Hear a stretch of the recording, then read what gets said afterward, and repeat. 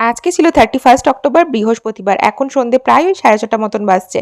আর আজকে রাত্রেবেলায় কালী পুজো, সন্ধেবেলায় আমরা বেরিয়েছিলাম ব্যাঙ্গালোরের কালী পুজো ঠাকুর দেখার জন্য। আর সেখানে আমরা প্রথমে পৌঁছে গিয়েছিলাম হচ্ছে এইচএসআরে। সেখানে ঠাকুর দেখার পরে তারপরে আমরা যাচ্ছিলাম বিটিএম এর হট্টগোলে। ব্যাঙ্গালোরে যে বড় বড় কালী পুজো হয় তার মধ্যে হট্টগোলটা হচ্ছে অন্যতম। বেশ বড় করে এখানে মেলা, বিভিন্ন রকমের জিনিসপত্র, খাবার দোকান সমস্ত কিছু বসে। সেখানে একটা চাটের দোকান ছিল, সেখানে দাঁড়িয়ে আমি নিয়ে নিয়েছিলাম দই ফুচকা। তারপরে ভেবেছিলাম আর সেরকম কিছু খাবো না, কিন্তু এই পাওভাজিটা এত সুন্দর বানাচ্ছিল যে এটা দেখে আমি আর লোভ সামলাতে পারিনি, সেজন্য 1 প্লেট পাওভাজিও বলে দিয়েছিলাম।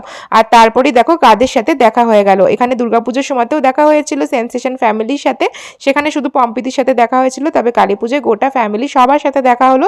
আর সবার সাথে কথা বলে সত্যি ভীষণ ভালো লাগলো। আর তারপরে আমরা ফিরে এলাম বাড়ি। আর আমাদের অ্যাপার্টমেন্টের সামনে প্রত্যেক বছর দিওয়ালির সময় হচ্ছে বোম ফাটানো হয়, একে একে সবাই জুড়ে অনেক বিশালভাবে বাজি ফোটানো হয়। তো তারপরে আমরা ঢুকে গেলাম অ্যাপার্টমেন্ট।